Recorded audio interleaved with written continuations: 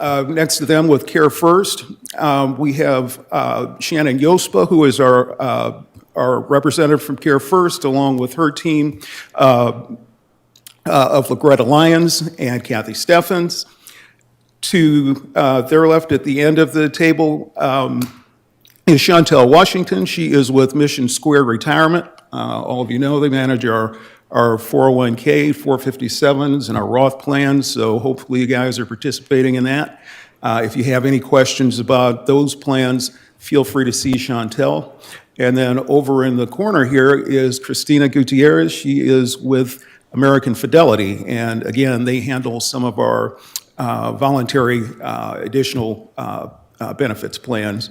Again, she's available if you have any questions. So at this point, I'm going to turn it over to Pete. And I will say also, after our final presentation, Tracy Whiteleather will come up and just answer any questions that you may have about how to fill out your forms and how we'll go about doing that.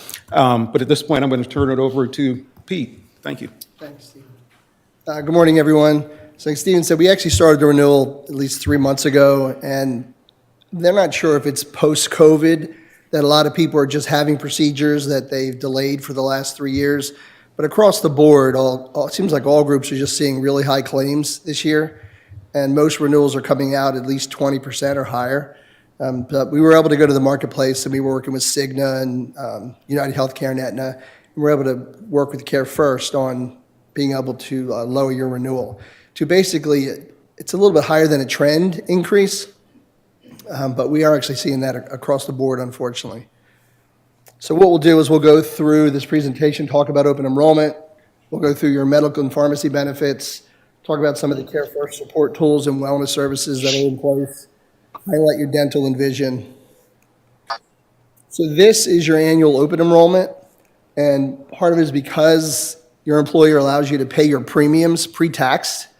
You're only allowed to make changes during open enrollment or if you have a qualifying life event, such as like marriage, divorce, birth of a child. So during open enrollment, this is your chance to change your benefits, maybe change who is covered under your benefits for your family members. So it's a good time for you to go into Employee Navigator and check to make sure your address is correct, all of your dependents are correct, and the coverage. And it's a chance for you to update your life insurance beneficiaries. It's always good to look at that at least once a year and update that. And to think about, if your beneficiary is a child, just know that depending on which state, those of you here in Maryland, but your state requirements, a dependent minor may not have access to the life insurance funds if they're your beneficiary. So you need to talk to someone about setting up a trust in that case if your beneficiary is a minor. So open enrollment, we're going to talk about the coverage today, and you'll have some time to think about it. The open enrollment portal will run from November 13th through November 30th. So you'll have to the end of the month to go in and make your elections or make changes to what you have today. This is considered a passive enrollment. So what